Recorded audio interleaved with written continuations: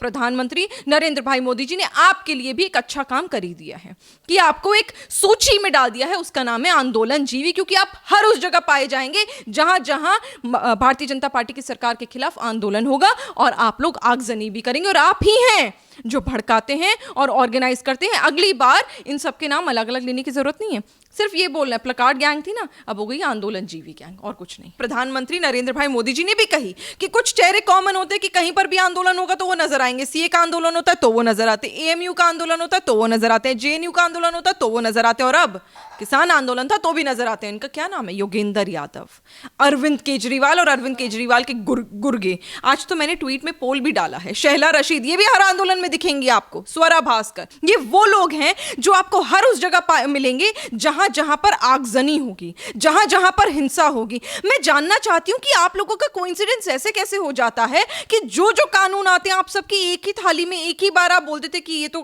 कानून गलत है।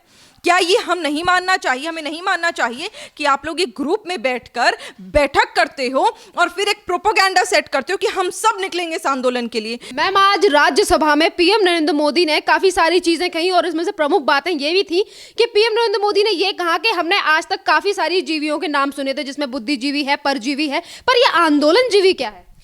बहुत ही सिंपल है। आप लोगों ने देखा होगा, आप तो काफी समय से पत्रकारिता कर रही हैं, कि जब जब से आंदोलन मोदी सरकार के अंडर लोग करते हैं ना, मोदी सरकार की मुखालिफत करने के लिए जितने लोग ये आंदोलन करते हैं, आप लोग देखोगे कि कुछ चेहरे कॉमन होते हैं। और ये बात माननीय प्रधानमंत्री नरेंद्र भाई मोदी जी ने भी कही कि कुछ चेहरे कॉमन होते हैं कि कहीं पर भी आंदोलन होगा तो वो नजर आएंगे। सीए का आंदोलन होता है तो वो नजर आते, एएमयू का आंदोलन होता है तो वो नजर आते हैं, जेएनयू का आंदोलन होता है तो वो नजर आते हैं, और अब किसान आंदोलन था तो भी नजर आते हैं। इनका क्या नाम है? योगेंद्र यादव, अरविंद केजरीवाल और अरविंद केजरीवाल के गुर्गे। आज तो मैंने ट्वीट में पोल भी डाला है, शहला रशीद ये भी हर आंदोलन में दिखेंगी आपको, स्वरा भास्कर, पर्दे के पीछे पर्दे के आगे कहीं ना कहीं आपको दिखेंगी। मैं तो बहुत बहुत शुक्रगुजार हूं कि कुछ ऐसे सितारे जैसे दीपिका पादुकोण, वो सिर्फ और सिर्फ अपनी मूवी प्रमोट करने आई थी, बाकी जगह नहीं आई, नहीं तो वो भी आंदोलन जीवी की लिस्ट में आ जाती। ये वो लोग हैं जो आपको हर उस जगह मिलेंगे जहां जहां पर आगजनी होगी, जहां जहां पर हिंसा होगी। मैं जानना चाहती हूं कि आप लोगों का कोइंसिडेंस ऐसे कैसे हो जाता है कि जो जो कानून आते हैं आप सबकी एक ही थाली में एक ही बार आप बोल देते कि ये तो कानून गलत है। क्या ये हम नहीं मानना चाहिए? हमें नहीं मानना चाहिए कि आप लोग एक ग्रुप में बैठकर बैठक करते हो और फिर एक प्रोपेगेंडा सेट करते हो कि हम सब निकलेंगे इस आंदोलन के लिए। नहीं तो किसान आंदोलन से आपको आपत्ति, एक चीज आपने अच्छी नहीं बताई, सीए के आंदोलन से आपको आपत्ति। बड़ी दुख की बात है कि जेएनयू में भारत तेरे टुकड़े होंगे कि जब नारे लगते हैं तब आप आंदोलन नहीं देते हैं, जब माननीय प्रधानमंत्री और माननीय गृह मंत्री को मारने की बात होती है तब आप आंदोलन नहीं देते हैं, जब 26 जनवरी को आगजनी कर जिस दिन संविधान लिखा गया उस संविधान को तोड़कर किसान बने हुए किसान वहां पर जाते हैं और हमारे पुलिस कर्मियों को कुएं में धकेल देते, तब आप आंदोलन नहीं करते, तब आप सवाल नहीं करते। तो आप कहां से आ रहे हैं? आज आपको माननीय प्रधानमंत्री नरेंद्र भाई मोदी जी ने आपके लिए भी एक अच्छा काम कर ही दिया है कि आपको एक सूची में डाल दिया है, उसका नाम है आंदोलन जीवी, क्योंकि आप हर उस जगह पाए जाएंगे जहां जहां भारतीय जनता पार्टी की सरकार के खिलाफ आंदोलन होगा और आप लोग आगजनी भी करेंगे। और आप ही हैं जो भड़काते हैं और ऑर्गेनाइज करते हैं। अगली बार इन सबके नाम अलग अलग लेने की जरूरत नहीं है, सिर्फ ये बोलना है प्लकार्ड गैंग थी ना, अब हो गई आंदोलन जीवी गैंग, और कुछ नहीं। पीएम नरेंद्र मोदी ने इसके साथ साथ ये भी कहा कि ये जो आंदोलन जीवी गैंग है ये इसीलिए हर आंदोलन में नजर आती है क्योंकि इन्हीं से इनका खर्चा चलता है और इन्हीं से ये सारी चीजें करते हैं। यही तो मैंने कहा, ये वही लोग हैं ना जो पैसा देते हैं और पैसा कमाते हैं। बिजनेस है, this is all business. Her business में पैसा लगाओगे तो रिस्क थोड़ी होती है, गेन करने में समय लगता है, लेकिन ये बड़ा सिंपल है। जिस दिन लो आ जाओ उस दिन बिजनेस चालू कर दो, प्रोपेगेंडा बैठा दो, सारे बैठक कर लो, बिजनेस में पार्टनरशिप कर लो और आंदोलन में पहुंच जाओ। क्योंकि आप जितना पैसा इन्वेस्ट करोगे उसका आपको दुगना तिगना मिलना ही मिलना है, क्योंकि आप लोगों को मालूम है कि इससे आपके घर पानी इसलिए चल रहे हैं क्योंकि आप लोग सरकार की मुखालिफत करने पे इस कदर उतर गए हो कि आप लोग पीएफआई से फंडिंग लेते हो, जो मैंने कहा, आप लोग टेररिस्ट ऑर्गेनाइजेशन से फंडिंग लेते हो। आज एक चीज और मैं आपको बताती हूँ, अभी जो हमने खास मुखालिफत देखी लोगों की वो क्या क्या चीजों में थी, ट्रिपल तलाक, 370, राम मंदिर और सीए। क्या चीज कॉमन थी? मुसलमान का योगदान, इस योगदान की चर्चा मुसलमान की इसमें कॉमन थी। इस बार किसान आंदोलन में आपको वो नहीं मिला। आप लोगों ने क्या करा, पर फिर भी आप लोगों को किस प्रकार इसको उस ऑर्गेनाइजेशन से जोड़ना था जो आपने मुसलमानों को बदनाम करा। इन चारों कानूनों में आपने टेररिस्ट ऑर्गेनाइजेशन से पैसा लिया और बेचारे हिंदुस्तान के मुसलमानों को बदनाम करा क्योंकि आपकी राजनीति थी। अब आपको यहां पर मुसलमानों को तो आप जोड़ नहीं पाए, तो आतंकवादियों का दूसरा एक गठ था खालिस्तानी, आपने वहां से पैसा लिया, ऑर्गेनाइजेशन से पैसा लिया और यहां लगाया।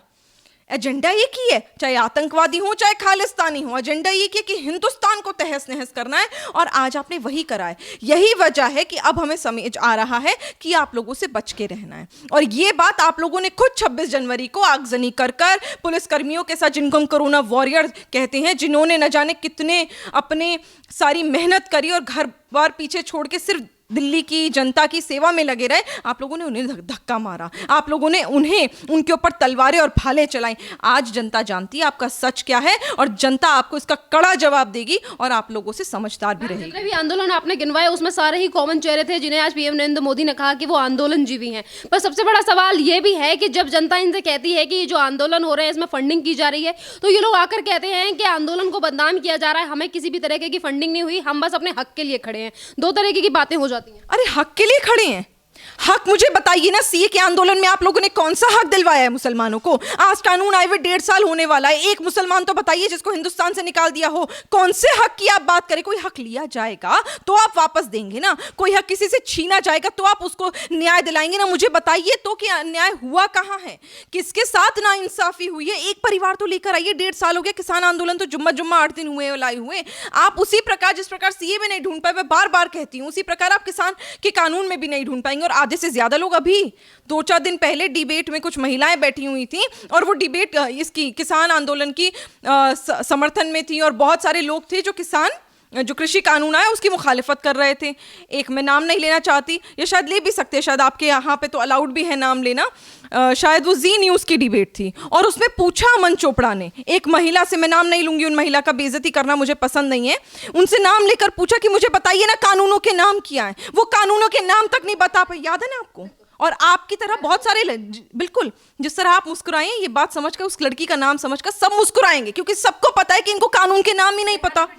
रिहाना पे डिबेट थी, कानून के नाम नहीं बता पाए वो। तो जो कानून के नाम नहीं बता पा रहे, वो कहां लिखकर बता पाएंगे कि इस कानून में क्या कमी और क्या फायदे हैं? ये तो वही कानून है जो कांग्रेस पार्टी लाना चाहती थी। आज आपको आपत्ति क्या है? वो अन्याय नहीं था, भारतीय जनता पार्टी की सरकार लाई है तो ये अन्याय हो गया। अरे ये कौन सी बात हुई कि घर में अगर बच्चा रोता है उसको दूध पिलाने की बजाय आप ये कह देते हैं कि मोदी की वजह से रो रहा है? कैसी बातें करते हैं आप? सच्चाई का साथ दीजिए ना, इंसाफ की बात करते हैं तो जाइए ना, सुशांत सिंह राजपूत के परिवार को इंसाफ दिलाइए ना, कंगना रनौत के साथ गलत हुआ उसे इंसाफ दिलाइए ना। आप अन्याय की बात करते हैं तो ग्रेटर जो हिंदुस्तान पे बैठकर अन्याय करने की सोच रही है उसको आप, उसके लिए आवाज उठाइए ना। यहाँ पर जितने लोग हमें बदनाम करने की कोशिश कर रहे हैं उनके खिलाफ आवाज उठाइए ना। हिंदुस्तान की मिट्टी खाकर, हिंदुस्तान का खाना खाकर थाली में आप छेद कर रहे हैं, तो आपके गिरबान में झांकने की आपको जरूरत है, क्योंकि आप वही वाली सच बात कि आप तो इटली वाले, हिंदुस्तानी हो कैसे जाएंगे? मैम, इन्हीं सारी चीजों के बीच में पीएम नरेंद्र मोदी ने एक और नाम का जिक्र किया था। उन्होंने कहा था कि कुछ भी कानून नया आ जाए पर हमेशा फूफी तो नाराज ही दिखती है। अब ये फूफी कौन है, इसको भी हमारा देश की जो जनता है वो जानना चाहती है कि आखिरकार पीएम नरेंद्र मोदी ने फूफी कहकर किसको नवाजा था। ये देश की जनता बड़ी समझदार है, उसे पता है फूफी कौन है। पर मुझे जो लगता है, जो मेरा व्यक्तिगत विचार है, 2-4 हैं, सिर्फ एक नहीं है, 2-4 तो हैं। चाहे सोनिया गांधी जी हों, अब तो चलिए वो शायद राजनीति कम करना चाहती हैं, तभी वो पाले पाले में अध्यक्ष के रोल खेलती रहती हैं। सबसे ज्यादा मुझे लगता है ममता बनर्जी। कोई भी आपत्ति हो, कोई भी चीज हो, ये बताने की जगह लोगों को बरगलाती हैं। इनको कोई कानून समझ तो आता नहीं है। फिर वही जो बांग्लादेशी परस्त हो, जो रोहिंग्या परस्त हो, जो अपने वोटर आईडी लोगों के बनवाए हो सिर्फ इसलिए कि उन्हें वोट मिल जाए, जबकि वो बांग्लादेशी, ये वो फूफी हैं जिन्होंने हिंदुस्तान को, हिंदुस्तान की सरजमीन पर सजदा करने की बजाय हिंदुस्तान की थाली में छेद करा है। ये वो लोग हैं जो आज तक बांग्लादेशी और पाकिस्तानियों के समर्थन में खड़े होते हैं, और हिंदुस्तान की जनता के लिए अगर कुछ अच्छा हो तो वाहवाही करना तो दूर, नुकसान और पहुंचाने लगते हैं। ये वो लोग हैं। अपनी ही पार्टी, अगर ममता बनर्जी की बात करें तो नुसरत जहां के खिलाफ लोगों ने फतवे जारी करे थे, ये वही ममता बनर्जी है जो खड़ी नहीं हुई थी। उससे भी इतिहास गवा रहा है। तमाम डिबेट आप उठा के देख लीजिए, अगर नुसरत जहां के लिए कोई लड़ने वाला था ना, तो वो भारतीय जनता पार्टी का प्रवक्ता था। चाहे नेशनल हो, चाहे दिल्ली वाला हो, कोई भी व्यक्ति था, अगर मुसलमान भी थे ना तो हम थे।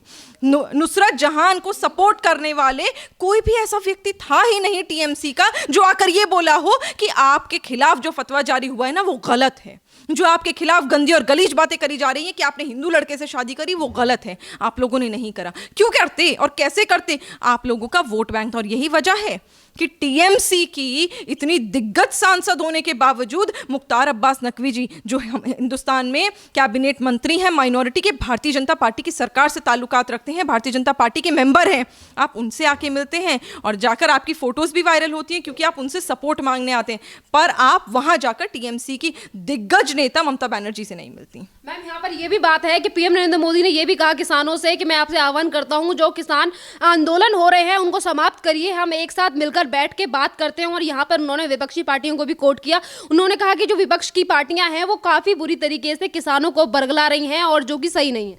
बिल्कुल यही हुआ है। और जो जब हमने देखा है, जब आंदोलन होते हैं ना इस प्रकार के, जैसे अगर हम सीए, क्योंकि हाल ही की बातें इसलिए हम बार बार सीए का जिक्र करते हैं, 2020 में जब सीए का आंदोलन हुआ तब हमने देखा नुकसान आखिरकार सिर्फ और सिर्फ एक कम्युनिटी को हुआ, जबकि वहां सब लोग थे, लेकिन नुकसान एक ही कम्युनिटी को हुआ, वो है मुसलमान कम्युनिटी, मेरी कौम। बदनाम करने वाला कौन? कांग्रेस। बदनाम करने वाला कौन? अरविंद केजरीवाल। क्योंकि सबसे ज्यादा फायदा किसको हुआ? आप लोगों को, क्योंकि पर्दे के पीछे दिल्ली के विधानसभा में केजरीवाल और राहुल गांधी जी का गठबंधन हो चुका था। तभी यही वजह रही ना कि कांग्रेस से चुनाव नहीं लड़ा, नहीं तो आप लोगों की एक भी सीट ना ऐसे तो हो ही नहीं सकती। आप लोग चुनाव लड़े, लेकिन आप लोगों ने टाइम पास करा और कुछ भी। बिल्कुल 8 फरवरी आज के दिन ही वोटिंग हुई थी। आप लोगों ने कैसे जनता को बेवकूफ बनाया, क्योंकि आप लोगों ने साथ मिलकर वोटिंग करी, आप लोगों ने साथ मिलकर चुनाव लड़ा, यही करा था ना आप लोगों ने। सबसे ज्यादा फायदा आज आपको हुआ। आप किसान आंदोलन में भी यही करा। आप लोग तो अपनी राजनीति करके चले गए, लेकिन बदनाम कौन हुआ? मेरे देश का अन्नदाता। इतिहास इसको किसान आंदोलन के नाम से याद रखेगा, जबकि बहुत सारी आने वाली पीढ़ियों को कभी पता ही नहीं होगा कि किसान आंदोलन में तो कोई किसान था ही नहीं। किसान का भेष धारण करके कांग्रेस और आम आदमी पार्टी और सपा और बसपा के बड़े नेता और न जाने कितने कार्यकर्ता बैठे हुए थे। Rakesh Tikait is one of them, जिनके पिताजी रहे हैं किसान। आज वो किसान होने का अपने आप को कहते हैं, दावा देते। मुझे बताइए ना, मुजफ्फरनगर में जाकर देखिए, मैं जानती हूँ मुजफ्फरनगर में आप जाकर देखिए, मैं वहीं से आती हूँ, मुझे मालूम है उनकी कितनी बदनामी है, गुंडागर्दी और गुंडाई में वो लोग इन्वॉल्व रहते हैं, और यहाँ किसान बनकर बैठे हैं। सबको पता है कि आप लोग किसान को बरगला रहे हैं। इसीलिए माननीय प्रधानमंत्री नरेंद्र भाई मोदी जी ने फिर से एक बार आप लोगों के लिए गुहार लगाई है। जो किसान जिसको बरगला कर बिठाया हुआ है, उससे हाथ जोड़कर भारतीय जनता पार्टी के एक एक व्यक्ति की विनती है कि आप अपने घर जाइए। 1.5 साल के लिए वैसे भी ये कानून अब ठहराव पर आ गए हैं, इस पर स्टे लग गया है। आप धीरे धीरे सरकार से बात कर और बरगलावे में नहीं आइए, बेवकूफ मत बनने दीजिए अपने आप को। बस बहुत सही बात कही आपने। अभी राकेश टिकैत को लेकर और जो भी कानून का जिक्र आपने किया, मतलब जो कृषि कानून है उसका जिक्र जो किया, अभी एक न्यूज आ रही थी, उसमें भी राकेश टिकैत ये कहते हैं कि कानून अगर वापस भी हो गया फिर भी हम धरने पर बैठे रहेंगे। फिर किस लिए बैठेंगे ये धरने पर? ये तो है ही ना, आपको याद नहीं है? फिर वही सीए की बात। सीए के कानून में छोटी छोटी बच्चियां क्या कह रही थी कि नरेंद्र मोदी और अमित शाह अगर यहां आ जाएंगे तो हम मार देंगे, उसको काट के रहती। कि किस प्रकार की आप परवरिश दे रहे थे? आप तो राकेश टिकैत तो बुजुर्ग आदमी हैं, रोकर सिंपैथी लेने वाले आदमी हैं। आज आप ये कह रहे कानून वापस ले लिया जाएगा तो भी हम धरना पर बैठे रहेंगे। क्यों? आपको क्या दिक्कत है? आपका तो फिर नियत आपकी साफ है ना कि आप लोगों को, जनता को परेशान करना है, सरकार के खिलाफ बेमतलब के नारे लगाने हैं, आगजनी करनी है, लोगों को मारना पिटना है, तलवारें भाले लेके हिंदुस्तान में हिंसा का प्रदर्शन करना है। आप लोगों का अगर यही मकसद होता कि हम पहले कानून अगर वापस ले लेंगे तो सुख चैन से घर चले जाएंगे, तो आप ये बोलते ना। यही बात मैंने आपको कही थी जब हमने जनवरी में बात करी थी, और इन्होंने कहा था 26 जनवरी को तो हम कानून करेंगे, जबकि 4-5 मीटिंग्स तब भी बची हुई थी। 26 जनवरी को तो हम प्रदर्शन करेंगे जब उन्होंने ये कहा था, जबकि 4-5 मीटिंग सरकार के साथ बची हुई थी। तो उन्हें उम्मीद नहीं थी। उम्मीद इसलिए नहीं थी क्योंकि आप पहले ही मन बना चुके थे कि सरकार कुछ भी बोलती रहे, हमें फर्क नहीं पड़ता, हम तो अपना काम करेंगे, हम आगजनी भी करेंगे, जिसका प्रदर्शन आप लोगों ने किया। और यही वजह है कि आज न जाने कितने किसान ऑर्गेनाइजेशंस ने आपसे अपना हाथ पीछे खींच लिया है, क्योंकि वो वाकई किसान है। वो समझ रहा है कि उनके कंधे पर बंदूक रखकर ये राजनीतिक टट्टू राजनीति कर रहे हैं। और कोई बड़ी बात नहीं कि उत्तर प्रदेश में अगले साल जब चुनाव होंगे ना, तो राकेश टिकैत सपा, बसपा, कांग्रेस या केजरीवाल के टिकट से लड़ रहे हो चुनाव। धन्यवाद मैम।